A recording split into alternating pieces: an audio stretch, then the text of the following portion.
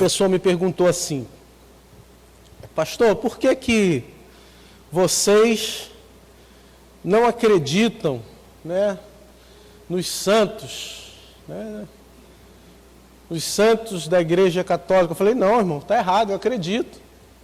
Eu não só acredito, como eu quero ser santo, como muitos deles foram. Né? E eu expliquei para essa pessoa que a única diferença é que essas pessoas para nós eram bons exemplos. Exemplos de pessoas que foram santas, que fizeram a diferença. Ou seja, são exemplos a serem seguidos. E não são pessoas às quais nós devemos levar as nossas petições, para que elas levem essas petições para Deus, ou que elas possam nos dar alguma coisa. Pelo contrário, elas foram exemplos para que nós possamos servir a Deus, para que nós possamos aprender com elas, né, que esses grandes homens de Deus fizeram a diferença no seu tempo, para que a gente possa fazer também a diferença nesse tempo. Então eu queria ler aqui Lucas capítulo 10, verso 25 e diante, que diz assim: e eis que certo homem, intérprete da lei, se levantou com o objetivo de pôr Jesus à prova, e lhe perguntou: mestre, que farei para herdar a vida eterna? Então Jesus lhe perguntou: o que está escrito na lei? Como você entende? A isto ele respondeu: ame o Senhor seu Deus de todo o seu coração, de toda a sua alma, com todas as suas forças e todo o seu entendimento, e ame o seu próximo como você ama a si mesmo. Então Jesus lhe disse: você respondeu corretamente, faça isto e você viverá. Amém? Só até aí. Aí ele depois faz uma pergunta, deixa eu ler o verso 29, mas ele, querendo justificar-se, perguntou a Jesus: quem é o meu próximo? Amém? Glória a Deus, que o Senhor tenha liberdade no nosso meio, que o Espírito Santo tenha liberdade para falar com cada um de nós, conforme que só Deus sabe fazer, sabe falar, em nome de Jesus. Queridos, esse homem, a Bíblia diz que ele não era qualquer homem. Ele era um doutor da lei. Um homem que conhecia as Escrituras, que tinha conhecimento. Tinha muito conhecimento. E ele, a Bíblia diz, se levantou com o objetivo de pôr Jesus à prova. Não sei se tem professor aqui no nosso meio, mas o professor passa por isso. Às vezes ele está ensinando e chega um aluno que quer ser mais sabido que o professor. E ele quer fazer uma pergunta, uma pegadinha, para pegar o professor. E esse doutor da lei veio com uma pegadinha para Jesus. Tentou pôr Jesus à prova para saber se Jesus conhecia mesmo, se Jesus sabia mesmo o que estava na Escritura, se Jesus realmente conhecia o que realmente ele sabia, ou para comparar o conhecimento. E Jesus então responde esse homem com uma outra pergunta. E quando esse homem faz a pergunta, Jesus responde: o que está escrito na lei, como você a entende? Então Jesus responde uma pergunta com duas perguntas. A princípio, o que esse homem quer saber de Jesus é a pergunta mais importante que poderíamos fazer para Jesus. O que podemos fazer para herdar a vida eterna? O que podemos fazer para passar a eternidade com o Senhor? Que ações precisamos tomar para passarmos a eternidade na presença de Deus? Essa é a pergunta mais importante que um ser humano pode fazer. Mas esse homem, por causa da sua arrogância, por ele se achar mestre e conhecedor das Escrituras, Jesus não respondeu essa pergunta, porque essa pergunta não era uma pergunta sincera. E todas as vezes que nós nos aproximarmos de Jesus para fazermos perguntas que não são sinceras, talvez o que vamos sair da presença de Jesus com mais dúvidas e mais perguntas ainda. E foi isso que aconteceu. Jesus então pergunta para ele, como está na lei e como você entende? Duas perguntas. Jesus diz, olha, o que está escrito na letra da lei, os advogados, e qual é a interpretação que você dá ao que está escrito? O que está escrito é uma coisa, e o que interpretamos pode ser outra. O que está explícito, o que está escrito, pode ser uma coisa, mas às vezes eu posso interpretar de maneira totalmente diferente. E esse homem, alinhado com todo o conhecimento, ele dá uma resposta para Jesus. E ele diz, ama ao teu Deus de todo o coração, de toda a tua alma e com todas as suas forças, e todo o teu entendimento, e ame ao seu próximo como a si mesmo. Jesus parou, falou, parabéns, respondeu corretamente, certa resposta, acertou, respondeu não só o que estava escrito, né, mas a pergunta de Jesus era, qual é a interpretação que você dá?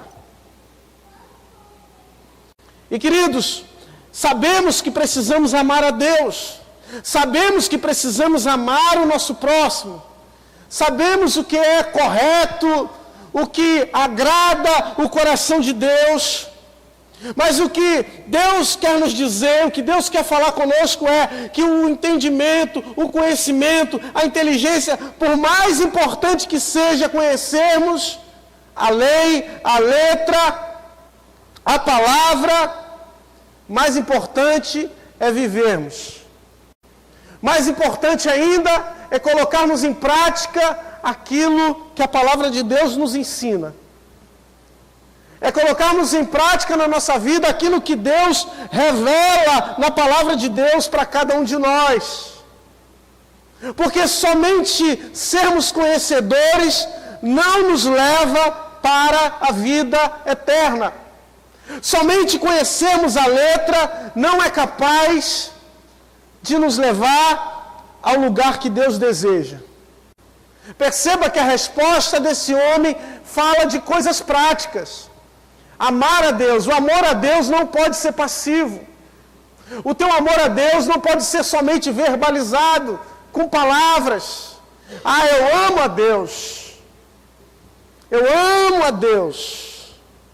Mas está matando, está roubando, está corrompendo. Eu amo a Deus, mas está fazendo coisas terríveis. Eu amo meu próximo, com palavras, mas tem inveja, tem vaidade, tem orgulho, tem fofoca, tem mentira.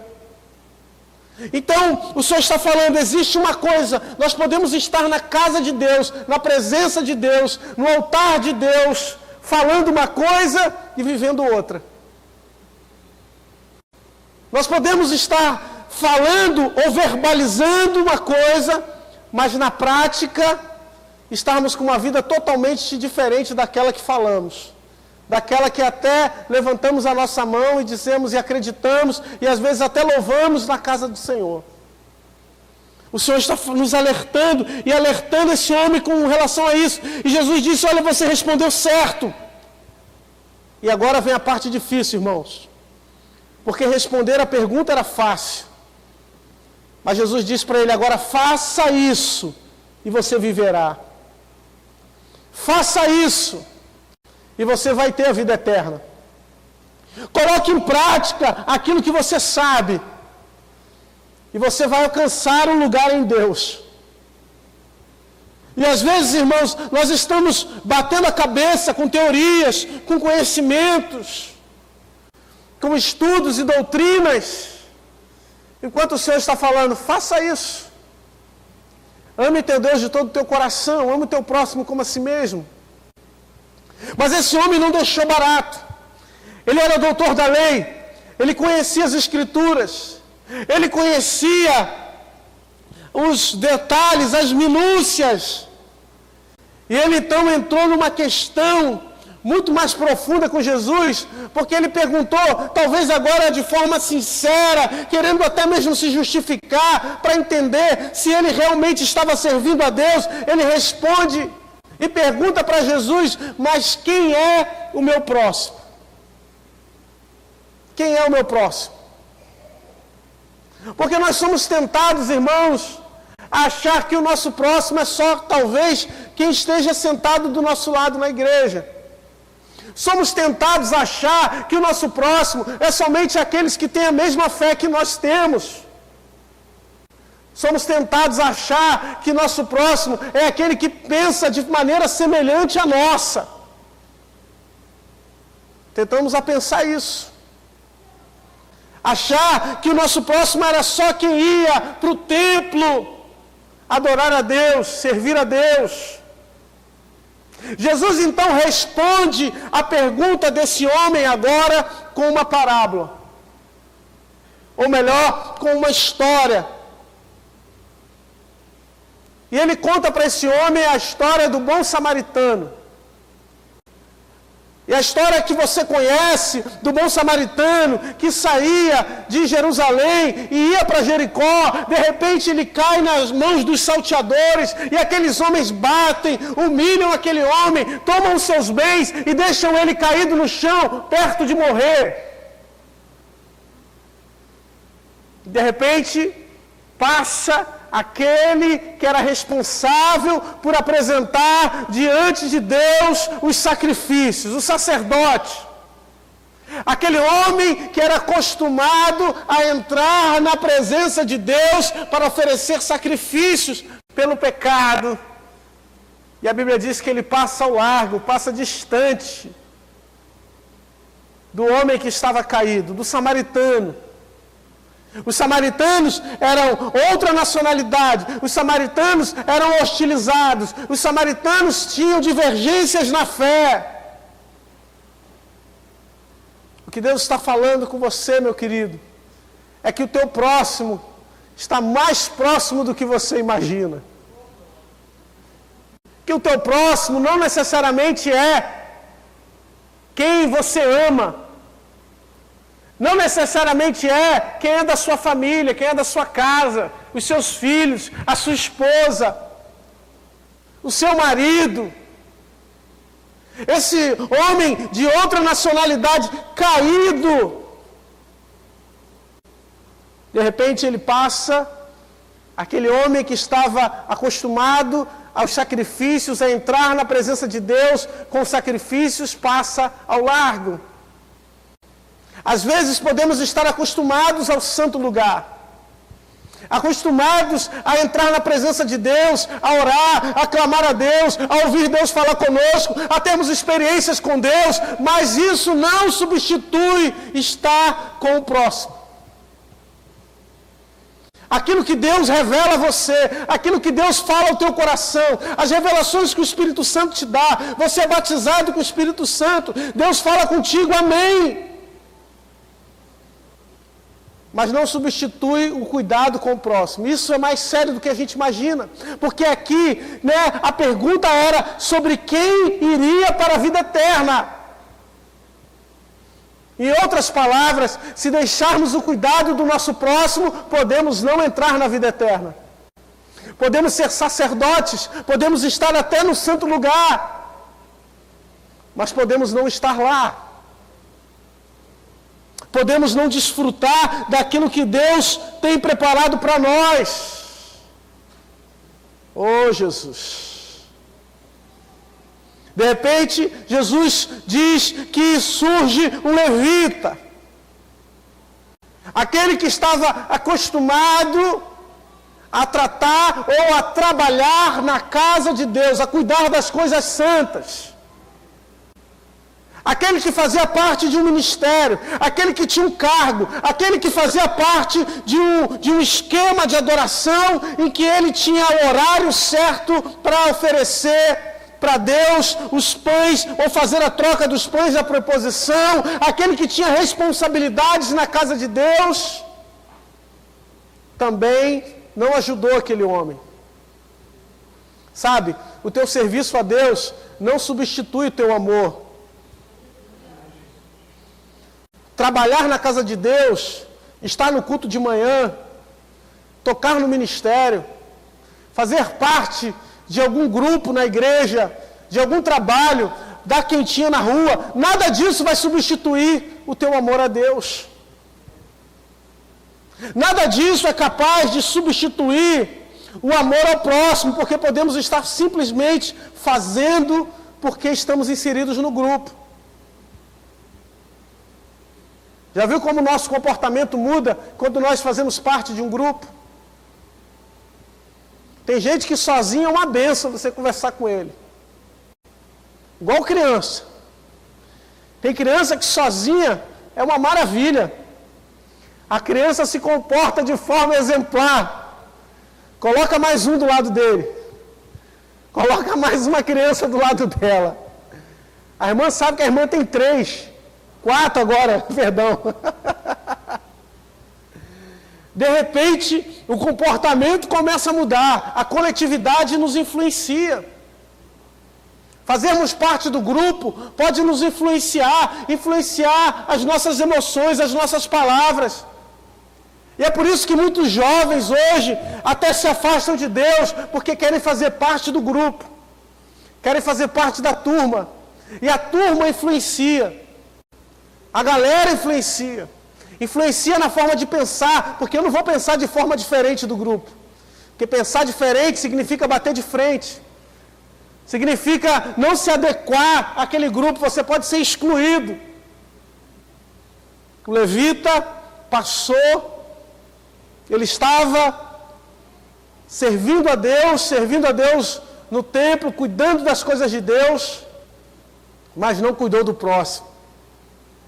Quantas vezes, irmãos, nós fazemos parte de ministérios, fazemos parte de coisas importantes na igreja, mas quando saímos, esquecemos de cuidar de quem está perto de nós.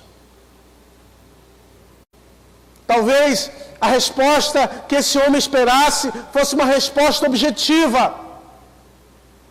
Fosse uma resposta que viesse ao encontro das suas necessidades e das suas perguntas, e que ele queria saber, daquilo que ele queria ou desejava saber, quem é o meu próximo? Será que é aquele que fala a minha língua? Será que o meu próximo é aquele que é da minha nacionalidade? São só os brasileiros? Será que o meu próximo é aquele que serve a Deus junto comigo? Esse homem não servia a Deus. Esse homem não era alguém conhecido, não era alguém famoso, mas a Bíblia diz que um samaritano, que não tinha parte no templo, que não oferecia sacrifícios a Deus no templo, ele passou e se compadeceu do homem que estava caído à beira do caminho. E o texto diz que ele fez curativos, ele cuidou da parte física desse homem, colocou ele numa hospedaria. E Jesus então devolve a pergunta ao doutor da lei, ao conhecedor, ao entendido, e pergunta para ele: qual destes 3 lhe parece ter sido o próximo? Qual desses 3? E a resposta foi correta novamente. Ele disse: aquele que usou de misericórdia para com ele. Aquele que usou misericórdia, irmãos. Esse homem foi levado por Jesus a entender que o seu próximo independe da sua nacionalidade, da sua cor, da sua raça, independe, do seu estilo de vida, independe daquilo que ele pensa, daquilo que ele faz, quer seja certo, quer seja errado. E Jesus diz: vá e faça o mesmo. Em outras palavras, Jesus está dizendo: viu esse bom exemplo que eu te dei? Faça o mesmo, faça conforme você aprendeu. Haja de acordo com aquilo que você entende, com aquilo que você conhece. E queridos, nós somos tentados todos os dias a agirmos de forma diferente. da qual nós cremos. Todos os dias somos tentados a agirmos conforme a carne. Porque agir conforme a carne às vezes é fácil demais, é bom. A ira vem, a raiva toma conta do nosso coração. E somos tentados a de imediato dar uma resposta irada, raivosa. Somos tomados por momentos em que ficamos cegos. E o Senhor então nos ensina que apesar, de termos um relacionamento, de termos conhecimento, de termos tudo isso, nada disso faz diferença quando precisamos colocar em prática. Isso é muito bonito se você quiser escrever uma dissertação, teu conhecimento. Teu conhecimento é muito bonito se você quiser fazer um mestrado, um doutorado, se você quiser tratar academicamente sobre questões relacionadas aos céus, às escrituras. Mas na tua vida prática, na tua vida com Deus, o que vale é aquilo que você consegue colocar em prática na sua vida. O apóstolo Paulo, alertando os judeus e falando com relação à lei, no capítulo 2 de Romanos, ele fala aos judeus a seguinte questão, capítulo 2, verso 19. Ele diz: se você está convencido de que é guia dos cegos, luz dos que se encontram em trevas, instrutor de insensatos, mestre de crianças, tendo na lei a forma da sabedoria e da verdade, você, pois, que ensina aos outros, não ensina a si mesmo? Você que prega que não se deve roubar, rouba? Você que diz que não se deve cometer adultério, adultera? Você que detesta ídolos, rouba os templos? Você que se gloria na lei, desonra a Deus pela transgressão da lei? Pois, como está escrito, o nome de Deus é blasfemado entre os gentios por causa de vocês. Jesus está dizendo que quando nós, ou melhor, Deus está falando por meio da vida de Paulo, que quando nós falamos uma coisa e agimos diferente daquilo que pregamos, o nome de Deus é desonrado entre os gentios. O nome de Deus é desonrado entre aqueles que não servem a Deus, entre aqueles que não têm temor a Deus. Eles usam os maus exemplos da igreja para desonrarem o nome do Senhor. E ele está falando aqui, irmãos, com aqueles que servem a Deus, com aqueles que faziam parte da nação escolhida por Deus para fazer a diferença. Paulo está dizendo que o conhecimento pode até ser importante, mas os nossos exemplos é que são capazes de arrastar multidões. As nossas palavras podem ser até boas, mas são os nossos exemplos que falam mais alto.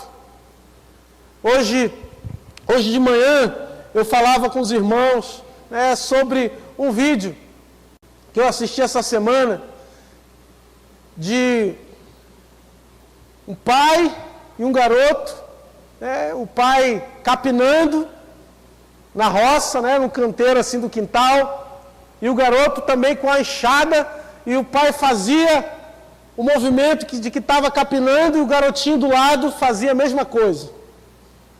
De repente o pai parava, colocava a mão na cintura e se apoiava assim na enxada, e o garotinho fazia a mesma coisa. E o pai voltava a capinar de novo, e o menino capinava de novo.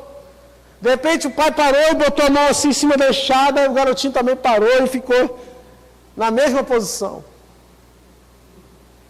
Irmãos, nós precisamos nos aproximar de Deus, a ponto de que Ele possa nos transmitir quais são as ações necessárias, ou quais são as ações de Deus na nossa vida, para que possamos copiá-las. Precisamos copiar não só os ensinamentos de Deus, mas as ações de Deus. E quais são as ações de Deus, pastor? Deus é perdoador. Deus ama, Deus tem misericórdia. Deus é bondoso. E às vezes, irmãos, nós estamos sendo muito bons no falar, mas péssimos em copiar bons exemplos. Para copiar os maus exemplos, somos até rápidos. Para copiarmos os exemplos que até têm boa aparência, tem aparência de uma coisa que seja boa, nós somos até rápidos. Mas para copiar a misericórdia, o amor, o perdão, a reconciliação, nós às vezes somos péssimos nisso. E precisamos que o Espírito Santo nos convoque, nos traga às vezes até mesmo um sentimento de arrependimento profundo, para que a gente possa se voltar ao Senhor. Porque, irmãos, falarmos mal dos fariseus, falarmos mal daqueles homens que eram conhecedores da lei, às vezes para a gente subir aqui no púlpito é muito fácil, irmãos. Mas quando a gente para e pensa, será que tem algum fariseu dentro de nós? Será que tem algum fariseu dentro de mim? Será que tem algum fariseu que só prega e que, na realidade, não vive aquilo que prega?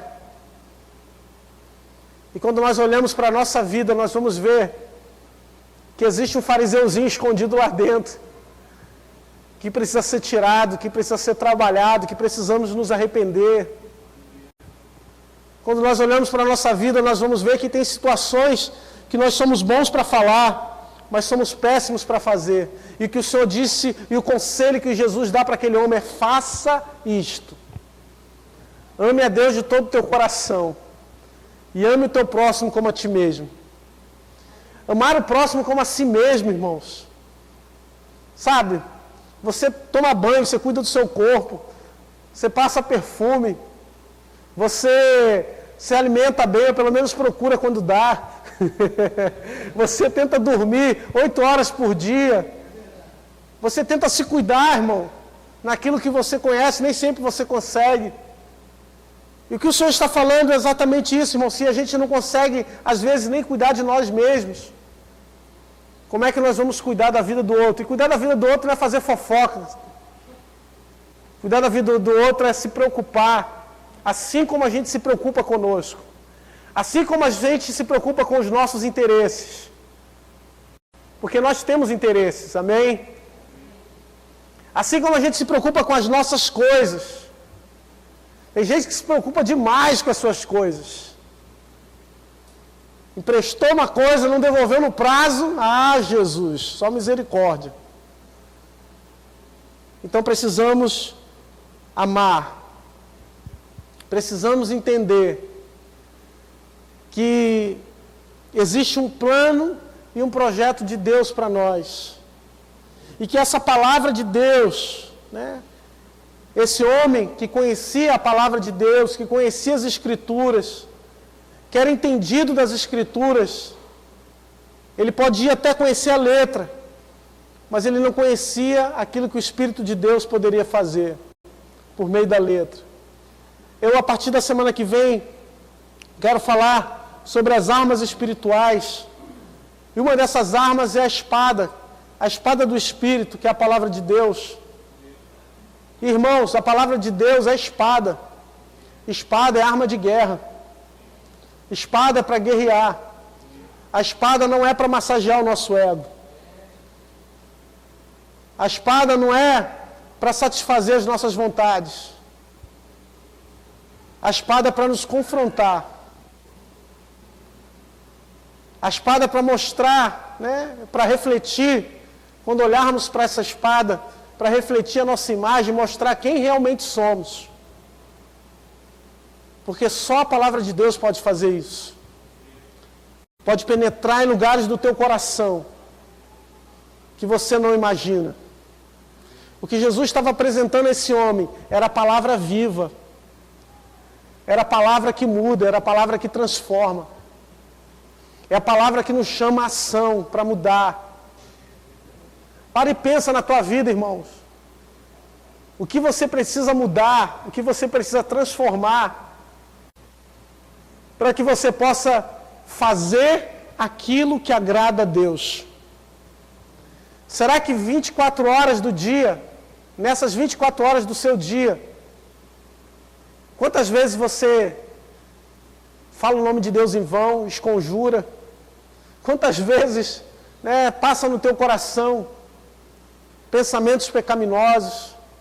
Quantas vezes passa, né, diante de você oportunidades de você falar do amor de Deus, da graça de Deus, e você desperdiça? Todos nós precisamos, de alguma forma, estarmos sendo acolhidos por Jesus. E o que é maravilhoso, irmãos, é que quando nós nos aproximamos desse Jesus com humildade, quando nos aproximamos desse Jesus não com a soberba daqueles que entendem de tudo, daqueles que sabem de tudo, daqueles que são doutores, esse Jesus, ele está disposto a nos ajudar. E é por isso que a palavra de Deus diz que o reino dos céus é para as crianças, é para aquele que se aproxima de Deus como um menino.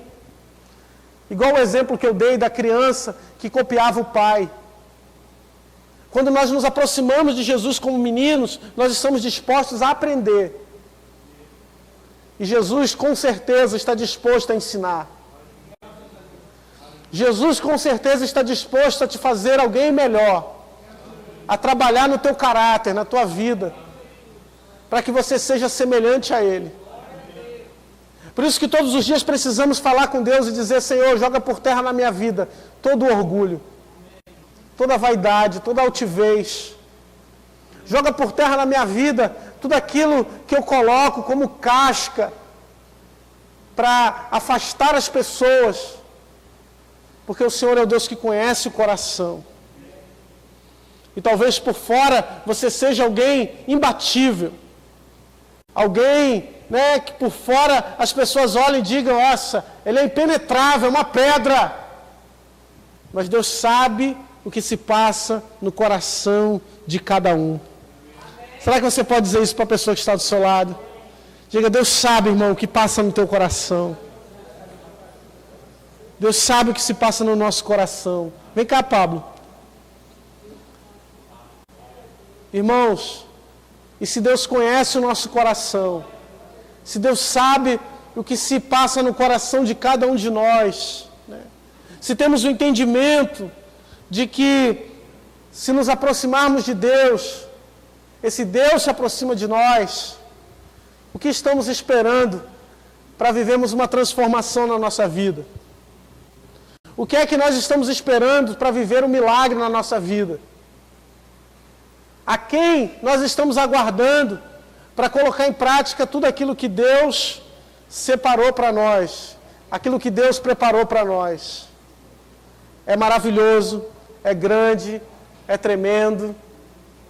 Eu queria que você, se pudesse, se colocasse de pé. Eu quero fazer uma oração por você. Quero abençoar a sua vida. Aleluia. Glória a Deus. Aleluia, Jesus. Aleluia, Senhor. Aleluia, Pai. Senhor, em nome de Jesus, Pai, eu quero apresentar e colocar diante de Ti as nossas vidas, Senhor. Porque se temos um exemplo que nos mostra o caminho certo, a direção certa, esse bom exemplo é o Senhor. É o Senhor, Pai, que quando nós estávamos caídos, à beira do caminho, quando nós estávamos, Pai, sujos, rasgados, quando a nossa vida espiritual estava derrotada, Senhor, o Senhor veio até nós, o Senhor sarou as nossas feridas, o Senhor nos colocou num lugar maravilhoso, Senhor. Nós que não fazemos parte de herança alguma, Pai, o Senhor nos deu uma herança em Ti. E hoje nós temos vida, Pai. Hoje nós temos salvação. Hoje nós temos a vida eterna que só o Senhor pode nos dar. Oh Deus, por isso nós Te louvamos. Porque o Senhor nos ensina o caminho para passarmos a eternidade com o Senhor. É copiarmos o Senhor. É copiarmos os bons exemplos do Senhor. Oh Deus, porque somos tentados a seguir o nosso próprio coração. Somos tentados a seguir os exemplos do mundo. Somos tentados a seguir, Pai, as notícias, as mensagens, aquilo que falam para nós que é certo fazer. Ah, Pai, muitas vezes essas mensagens chegam, se traiu, trai também. Se mentiu, mente também. Se fez com você, faz a mesma coisa. Mas o Senhor está nos ensinando, e nos ensina, Senhor, a amar, a dar a outra face, a perdoar, a renunciar, a reconciliar. Tudo isso que o Senhor nos ensina. Por isso eu quero, meu irmão, que você coloque diante de Deus a sua vida. Que você coloque o seu coração diante de Deus. E você diga para o Senhor com humildade: Senhor, me ajuda. Me ajuda, Senhor. E eu tenho certeza que o Espírito Santo, que é o nosso ajudador, o Consolador, aquele que está no mundo para não só nos aconselhar, mas para nos ajudar, nos fortalecer, ele vai te dar o caminho certo, as palavras corretas, ele vai te dar as atitudes certas que você precisa tomar para agradar o coração de Deus, para que haja vida e vida e abundância na sua vida, no seu coração, a vida que só Jesus pode te dar. Será que você pode levantar as suas mãos e adorar ao Senhor? Aleluia!